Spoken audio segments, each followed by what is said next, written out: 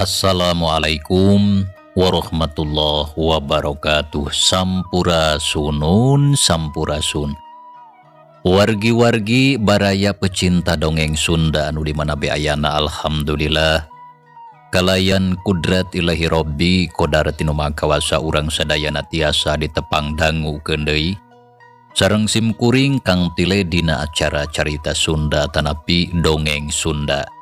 Yaeta urang nuluykeun deui hanca carita anu katunda dina judulning carita Jakarana.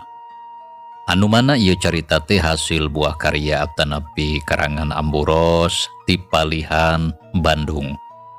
Kasugri kaum dangu. Dina jujutan hanca carita anu katunda. Pedaran kang tile kasapih kuanci dina mangsa medarkeun kayan alam ti peuting.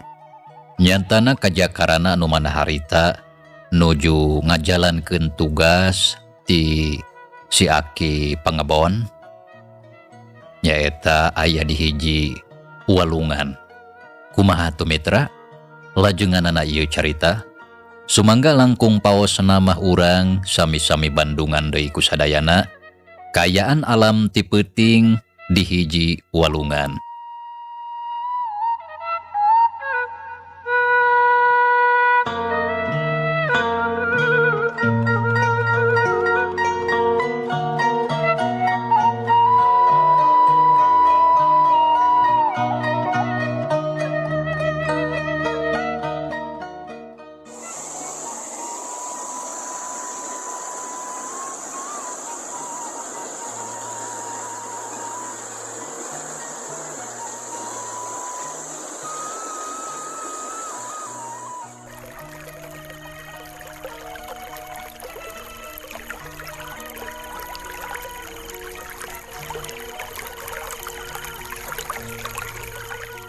Astagfirullahaladzim, ya Allah ya Robbi anu maha agung.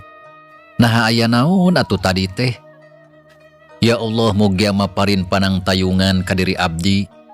Sigana mah kajadian-kajadian anu tadi teh gogodah hungkul.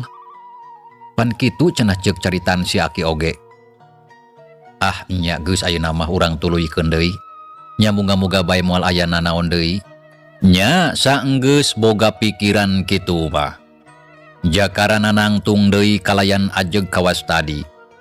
Terus panona peureum ari leungeunna sidakep sarta ngosongkeun sakabeh pikiran anu teu pararuguh.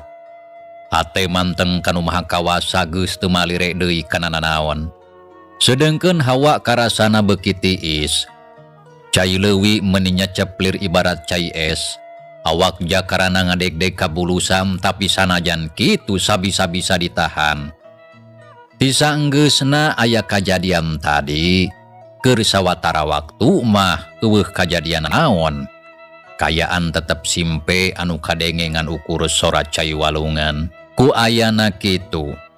Jakarana beuki husu ceuk pikirna geus moal aya deui kajadian naon. Tapi sanggeus kira wanci ngagayuh ka janari leutik. Ujug-ujug cikiki kadenge aya sora awewe anu seuri sorana tarik jeung siga anu ditompokeun kana ceuli.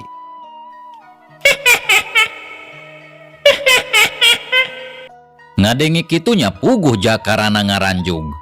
Rei bulu pundukna muriding meuni asa ngajeuwid dumadakan asa kandel terus pating puring kak pating puriding. Sakujur awak asa cing sariak paranas tiris. Sabot keur kitu cikikik deui sora awewe anu seuri teh kadenge deui sorana semungirung es tuning mata kukurayeun.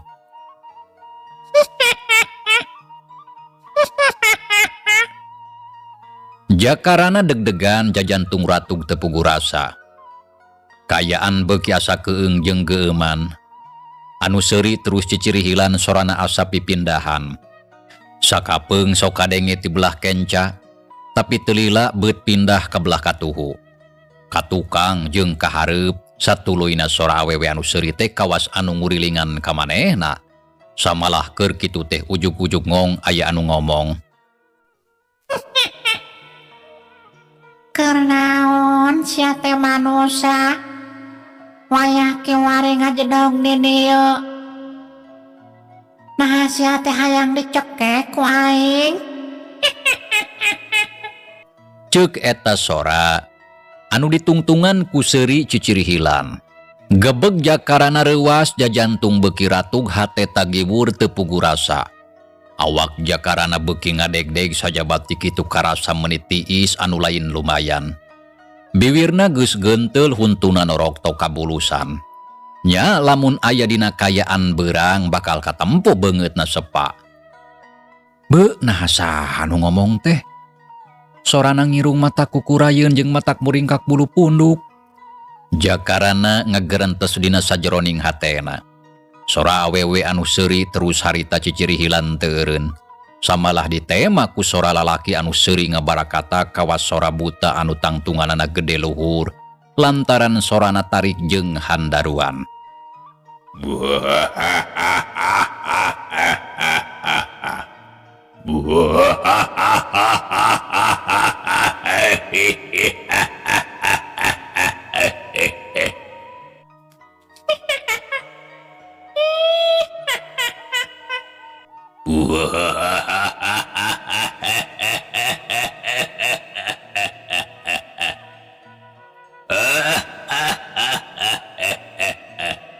Sora anu seuri terus bae teu eureun pating cikikik jeung pating barakatak pilih genti teu puguh dengekeuneun.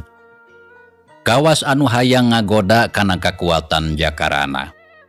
Sora anu pating cirihil jeung pating barakatak beuki tarik kawas anu ngahajakeun. Tapi ku ayeuna mah jakarana geus teu malire. Manehna saeutik oge teu galideur terus bae anteng ngadoa babacaan sabisa-bisa. Kajadian sarupa kitu lumangsung rada lila samalah terus aya anu noel kana ceuli. Gap aya anu nyagap kana punduk karasa meuni nyecep tiis, tapi jakarana bener-bener teu galideur. Terus mantengkeun rasa jeung pikirna ngan ka Pangeran anu Maha Kawasa anu ngusik malikeun dirina. Nya anu akhirna mah teu kungsi lila. Les atuh sora anu pating cirihil jeung anu pating barakatak teh harita ngiles sarta teu kadenge deui. Alhamdulillahirabbil alamin. Kawasana mah geus eueuh anu seseurian teh. Nuhun ya Allah Gusti anu Maha Agung. Ceuk geurentes hate jakarana terus ngarenghap narik napas panjang. Nya ti harita mitra eueuh deui gangguan nanaon. Jakarana terus bae husu nepi ka poho kana waktu. Panjang namang salam peuting teu karasa. Wanci harita kanyahoan geus rek ngagayuh ka subuh. Awa beuki tiis nyerep nyecep kana awak terus pating salekat kana tulang. Dina kayaan kitu, awak jakarana anu harita masih keneh ngeueum dina leuwih meuni ngadeg-deg kabulusan. Bibir genteul huntu noroktok beungeut piasa kujur awak ngagibrig. Nya sabot keur kitu ti kajauhan kadenge sora hayam jago kongkorongok.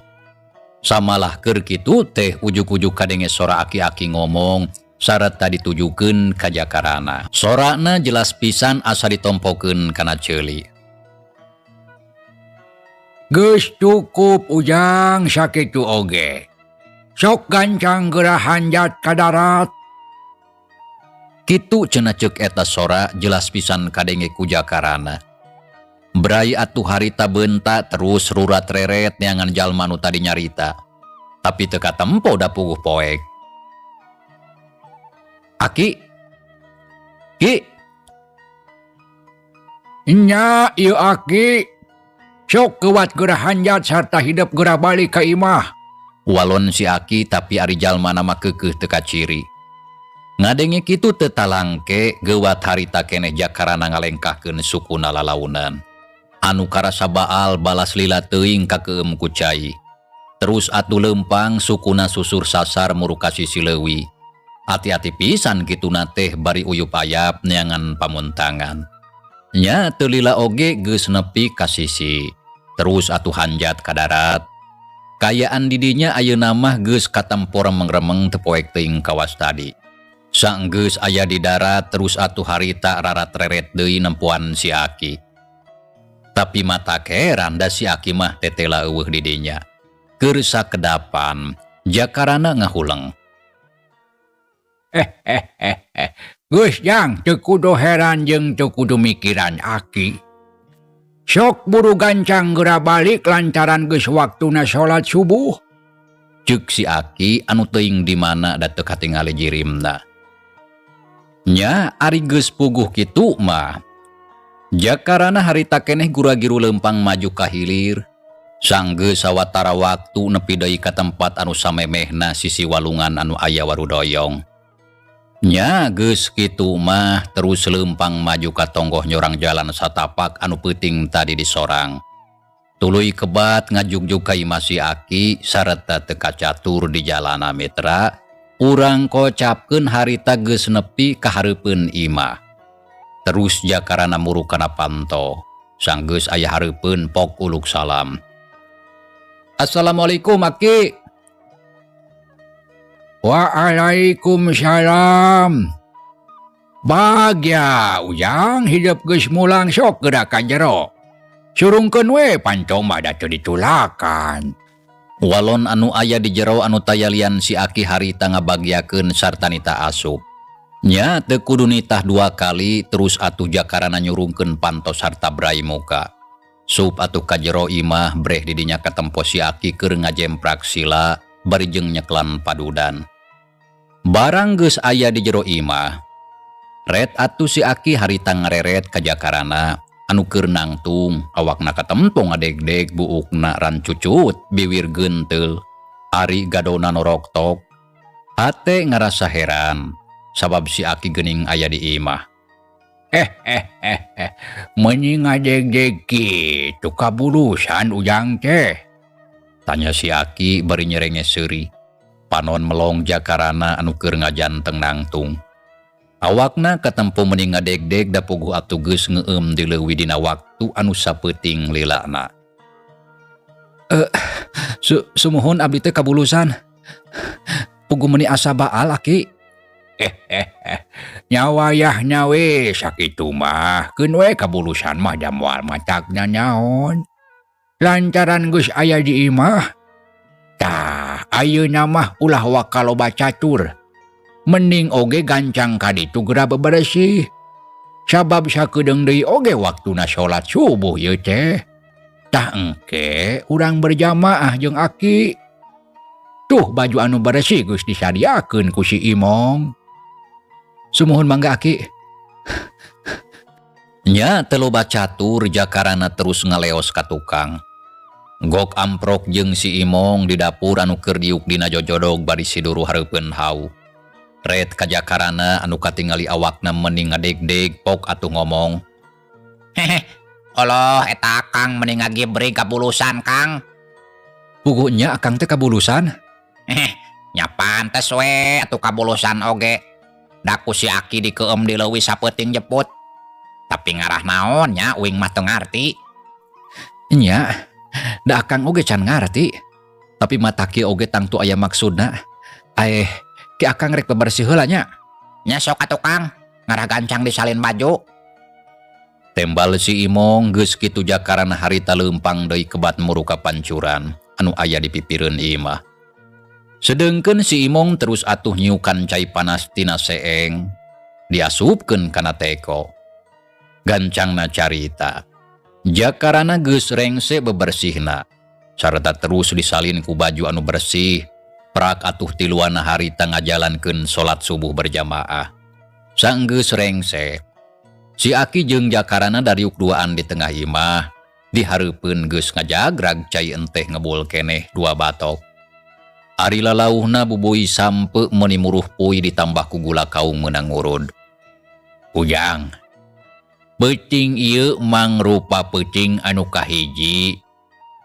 Sok sanajan loba gogodana, tapi cece lah hidup sanggup ngajalankeun sakumaha anu diparentahkeun ku Aki. Hidup teu kudu nyaritakeun anu geus kalaman cari peucing. Lantaran Aki oge geus apal kana sagala rupa anu karandapan. Oh, janten Aki tos terang. Nanging abdi teh ngaraoseran, naha naon maksadna wireh abdi kedah ngeueum salami ti lewengi di jero leuwi. Kieu ieu teh jang ari maksudnya mah. Pangna hidup ku Aki dititah ngeueum di leuwi teh. Anu kahijina pikeun ngalatih kakuatan awak hidup sangkan cereh pulih sapinuhnya. Syarat kakuatan tenaga jero hidup bisa balik deui cara sasari. Anu kadua, Ujang teh geus ngalaman pangalaman tarung anu rongkah. Anu ngakibatkeun menang cacu di jero anu kawilang paranya. Sabab ilmu hidup bantrok jeung ilmu musuh anu leuwih rongkah kakuatanna. Tah, lamun sakadar ngandelkeun ubar cin hasil racikan yang daunan, moal bisa cager sapinuhna. Jeung tangtu bakal lila. Nyapikeun nyageurkeunna, tangtu rek dibantu ku Aki ku cara nyalurkeun tanaga jero. Tapi syaratnya awak hidup kudu geus cager sarta sanggup narima tanaga jero ti Aki. Lantaran lamun kaayaan hidup can pulih bisi matak ngabahayakeun. Sabab moal kuat dina narimanya. Tah kitu kumaha kahara ci? Ceuk si Aki dina nyaritana estuning daria pisan. Reg eureun heula kop kana batok anu dieusi cai teh regot atuh diinum. Gap deui kana padudan, soropot atuh dikenyot berijeng pereumbeun tabangun anu nikmat. Sedengkeun Jakarana katingali meuni pogot ngabandungan kana caritaan si Aki. Sumuhun kahartos, lajengna kumaha Aki? Tanya Jakarana hatena teu sabar hayang geura nyaho saterusna. Kieu Ujang. Aki geus nyaho hidup teh ngagem ilmu bayu geni jeung ilmu banyu sagara. Syarat kaduanana eta ilmu ngabogaan kakuatan anu rongkah. Tapi hanjaka bayu geni jeung banyu sagara anu digunakeun ku hidup teh acan sampurna masih kene aya kakurangan. Sedengkeun musuh hidup manehna ngabogaan ilmu anu ampir sarupa. Ngaranna sewu geni anu geus kaasah sarta geus ngahiji jeung awakna.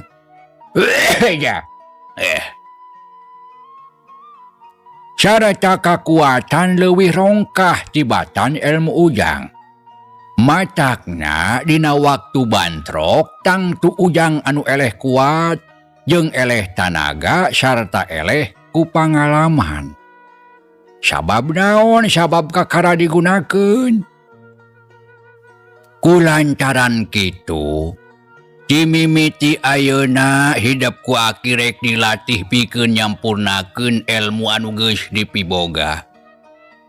Sarata rek ditambahan ku ilmu anu sejena anu aya di Aki. Lantaran hidup teh ngabogaan kewajiban pikeun numpe sagala rupa kajahatan sarta nanjeurkeun bebeneran. Tah kitu cik kumaha kaharti acawan teu caritaan Aki. Ceuk si Aki nyaritana panjang lebar jeung daria pisan. Sorot panon anu seukeut mencerong ka Jakarana anu keur pogot ngabandungan kana sagala rupa caritaan anu bieu ditepikeun sareta tangtu bakal gede mangpaatna pikeun dirina. Sumuhun Aki, sadayana kahartos ku abdi. Nya syukur ari kaharji mah. Tapi Aki rek nanya sakali deui. Nah kira-kirana hidupnyaan sanggup lamun rek dibere pancen pikeun numpes kajahatan? Lantaran dina hal ieu ulah setengah-setengah ngajalankeunna. Aduh, kayak geus kolot. Batuk dah. Insya Allah abdi sanggem Aki, sarta salira tos teu kedah cangcaya. Margi tekad abdi tos buleud moal ungkut kalinduan moal gedag kaanginan. Walon jakarana ngajawab kalayan tatag kawantu memang bener tekadna. Kawantu memang bener tekadna geus buleud rek numpes sagala kajahatan sarta rek bebela ka balarea. Nya syukur atuh lamun kitu mah. Tah timimiti ayeuna ujang kudu daek cicing di dieu jeung Aki. Anu waktuna kira-kira 1 taun lilana. Tapi eta oge kakarak ceuk perhitungan Aki. Tapi lamun bisa kurang ti waktu 1 taun nya tangtu bakal leuwih hade. Tah engke peucing wayahna ujang kudu daek ngeueum deui di leuwih. Sanggeus rengset 3 peucing, tatu anu aya dina awak hidup bakal pulih deui sarta ku Aki rek dieusi ku tanaga jero. Sangkan bisa cager sapinuhna. Anu tangtuna awak hidup bakal tambah kekuatanna. Tah kitu. Tapi kumaha daek narima sagala pangajaran anu rek dibikeun ku Aki? Sarta hidup kudu soson-soson dina ngajalankeunna. Mangga Aki, abdi sanggem kanggo ngajalankeun sagala rupi kasauran salira Aki. Sareng abdi oge bade soson-soson dina nampi sagala rupi pangajaran anu dipasikeun ku salira. Samalih abdi ngaraos bingah anu taya hinggana. Nya syukur atuh, bungah Aki oge jang narima jawaban ti hidup sarupa kitu teh. Syarat tati syarat ayeuna hidup diangkat jadi murid Aki. Hatur nuhun Aki.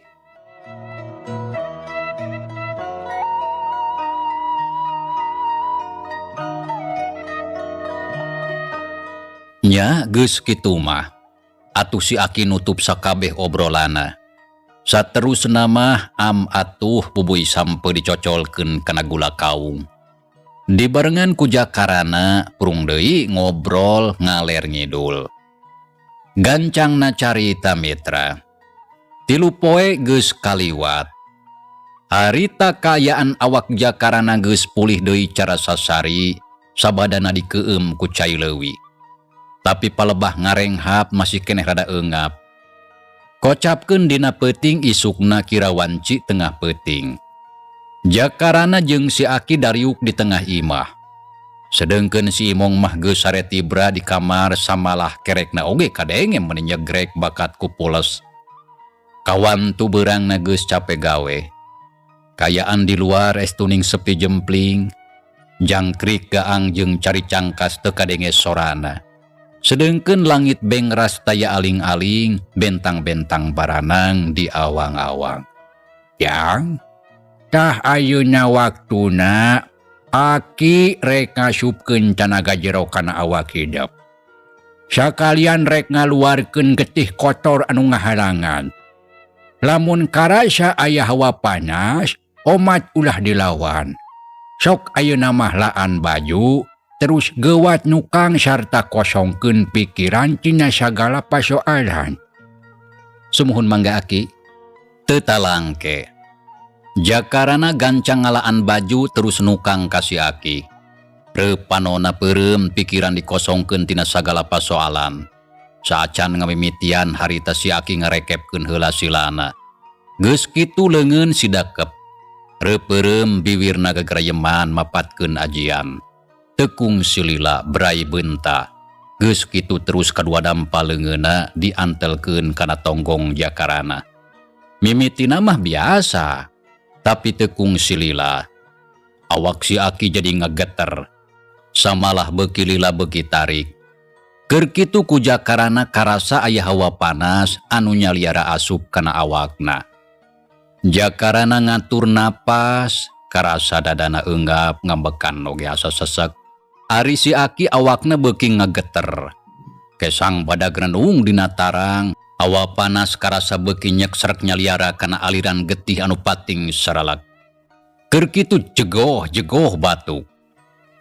Golokok kejelok Jakarana ngutahkeun getih hideung menila lambaran. Puguh bae atuh meuni renghap ranjug. Sakujur awakna ngoprot ku Kesang. Saenggeus sawatara waktu, si Aki ngusap tonggong Jakarana. Kepoh ditiup renghap narik napas panjang. Jang, geus rengse ieu nya mah. Cing sok kumaha karasana. Lamun dada geus teu karasa nyeri sarta ngambekan geus karasa longsong, berarti tatu hidup geus cager. Sabab getih beku anu mangpetan geus kaluar kabeh. Matak cing sok ngarenghap sarta atur napas. Ceuk si Aki, tapi angger can obah tina diukna. Ngadenge caritaan kitu Jakarana teu baha. Gancang ngarenghap narik napas sababaraha kali sarta karasa pisan ayeuna mah asa longsong. Dadana oge geus teu karasa nyeri teu kawas samemehna. Kumaha jang karasana? Alhamdulillah Aki ayeuna mah dada tos teu karaos nyeri. Sajabi ti kitu napas janten hampang teu sapertos tadi. Nya syukur atuh ari kitu mah.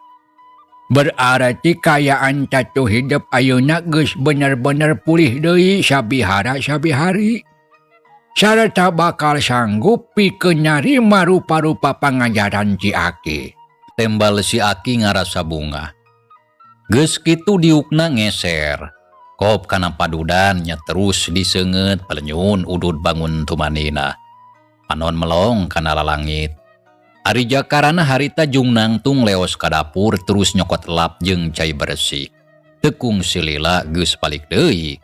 Dekul meresihan getih anu katingali ngabayabah beureum campur getih hideung dina palupu. Terus atuh diberesihan kalayan api. Sarta teu sakumaha lila geus rengse. Saterusna gek diuk hareupeun si Aki prung ngobrol.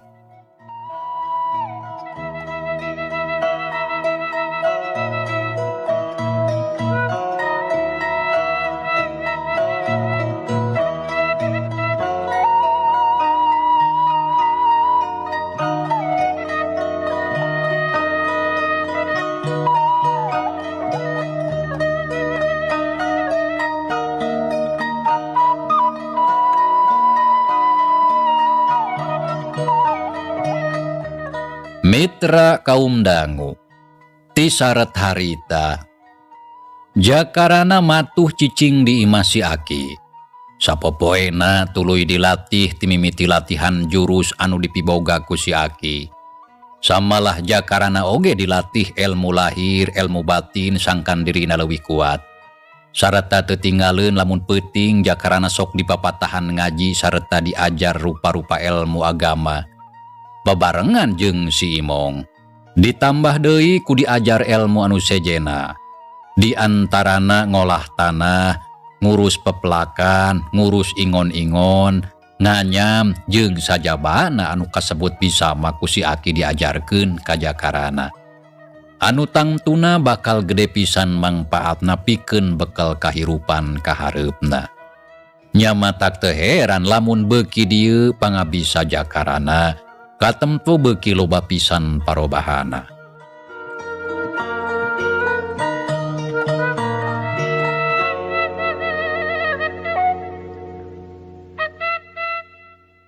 Kasugri kaum dangu. Cag urang tinggalkeun heula kayaan Jakarana anu ayeuna keur aya di imahna si Aki ditutugan Gunung Gede. Insyaallah kahareup baris kasamper deui. Tah ayeuna urang malikan deui ka tukang nyaritakeun Ki Badrowi jeung sakabeh anak buahna anu harita teh keur aya di wewengkon guha leuweung datar. Sabadana aya kajadian tarung jeung Jakarana. Ki Badrowi sapara kanca jarang incah ka mamana. Lolobana mah caricing bae di tempatna. Tapi caricing teh lain boga niat rek tobat. Tapi ieu mah keur ngararancang deui rancana pikeun ngajalankeun sagala rupa kajahatana. Sarta ampir unggal poe sakabeh muridna terus latihan digembleng dibere pangajaran anu anyar. Sangkan pangabisana beuki nambahan. Jadi keur saheulaan mah kayaan pilemburan teh karasa aman jeung tentrem jarang aya karibeuhan. Kacaritakeun dina hiji poe harita teh wanci pabeberang. Di jero guha Ki Badrowi keur diuk ngabaheuhai katingalina salse pisan. Teu lilaret ka si Jupri pok ngomong. Jupri, geus sabaraha bulan euy? Ceuk Ki Badrowi bari ngareret ka si Jupri anu keur diuk nyarande kana bilik guha. Daon ba anu sabaraha bulan teh? Dasar belegug. Ditanya kalah malik nanya. Mabok si lain teh? Lain keur mabok bah. Tapi kuring teh teu ngarti naha naon atuh anu geus sabaraha bulan teh. Da abah mah beutara puguh. Nah reueuh atawa naon? Cing jelas atuh beut siga anu lieur abah bah. Bener kawasan anu lieur nyarita teh teu puguh mimiti nya. Mata kudu heula bah. Ngarah teu lieur mah. Kitu cenah ceuk si Oded milu nimbrung bari nyerenge seuri. Gandeng sia Oded jempe si laing mah.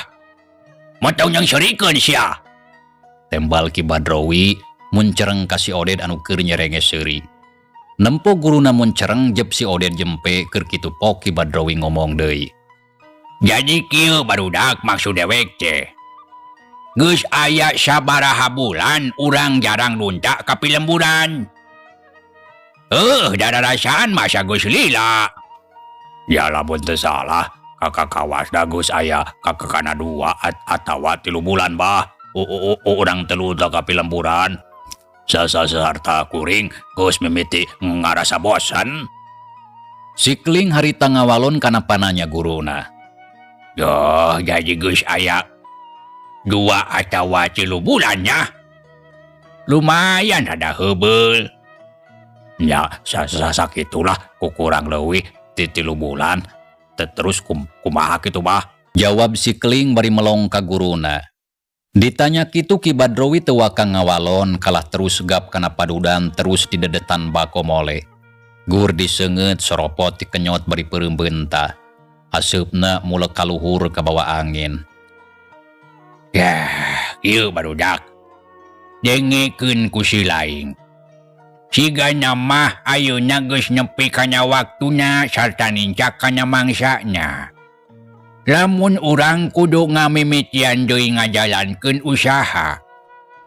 Lantaran ari latihan mah geus cukup. Sakabeh pangabisa si laing geus kawilang loba ningkatna lamun dibandingkeun jeung waktu 3 bulan ka tukang. Terus kumaha rancana abah teh?